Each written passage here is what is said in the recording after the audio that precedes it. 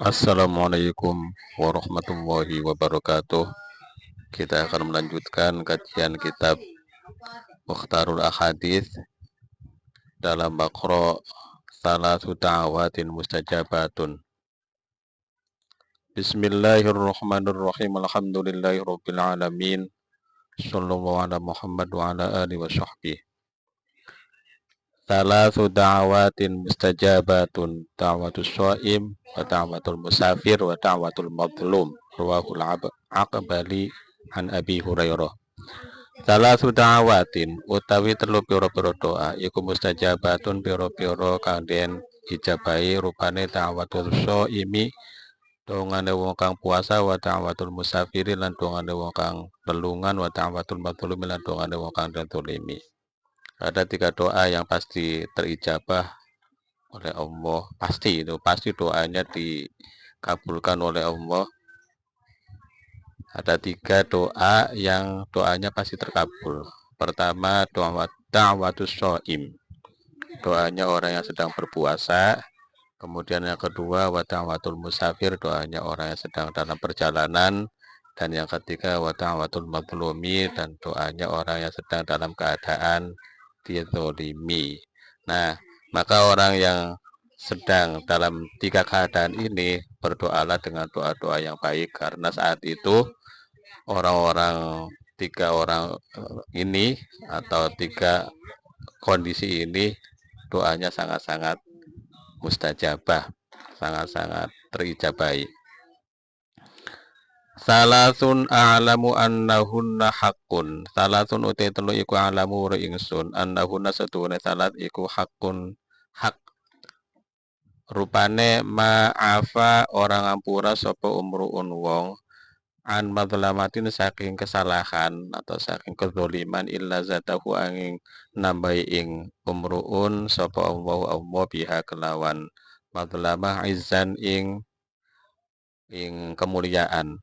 Wa ma fatahalan orang buka sapa rajulun wong ala nafsi ing atas dhewe rajul baba masalatin ing lawange jejaluk yabdakhi kang amri sapa rajul pihak lawan masalah katrotan ing akeh illa zatahu angin nambahi ing rajul sapa Allah pihak lawan masalah faqron ing kefakiran.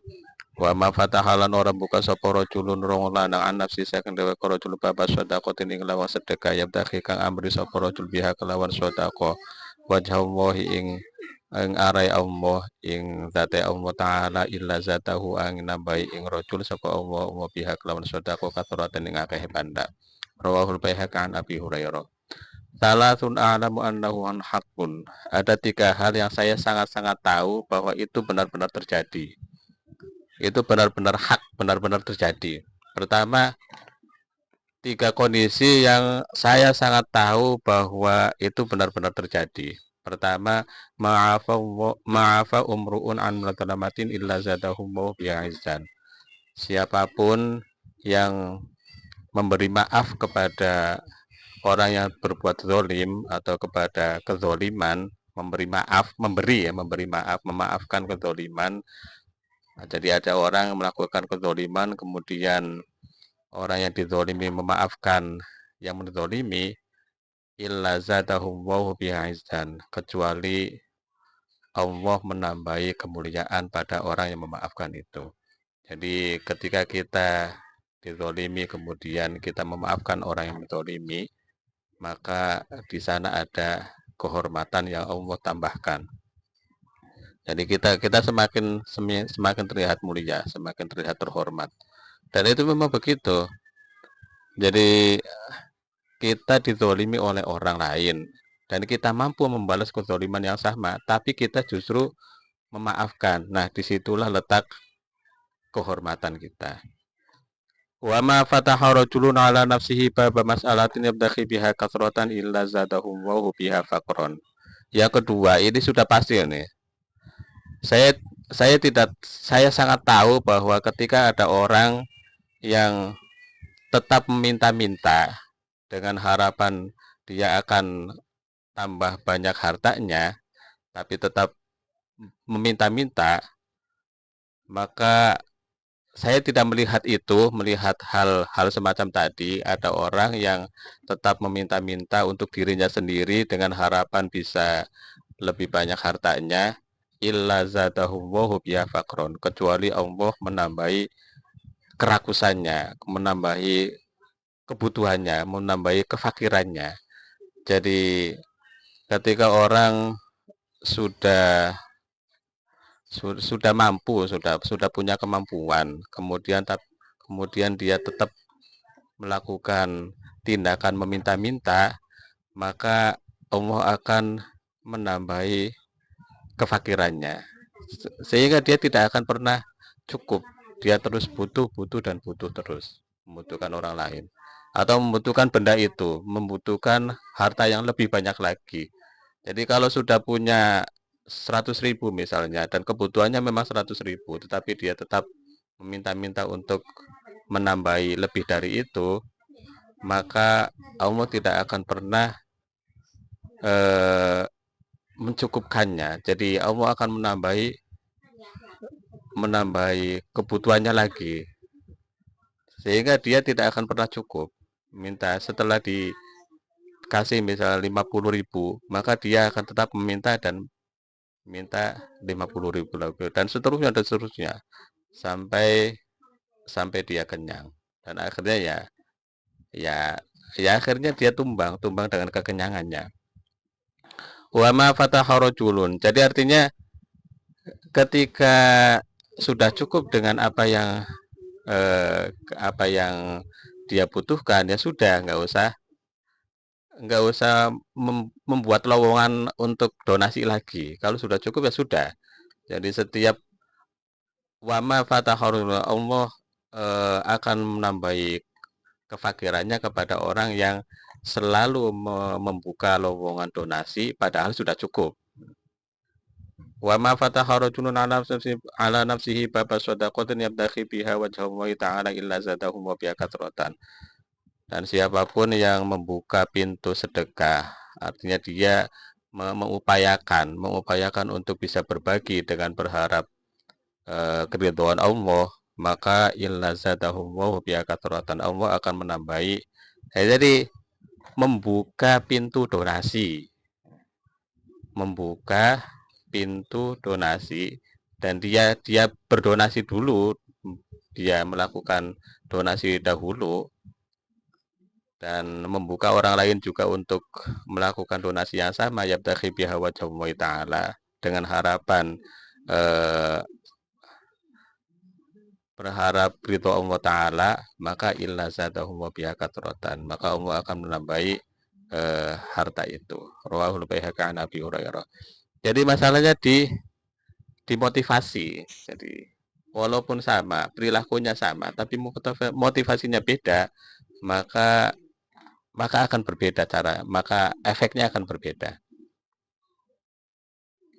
Rawahul Baihaqi an Abi Hurairah.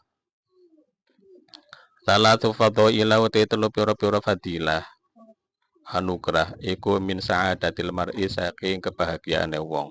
Rupane al muslimi wong muslim fid dunya ing dalam dunia, al muslimi fid dunya wong muslim ing dalam dunia, al jarus sholihu.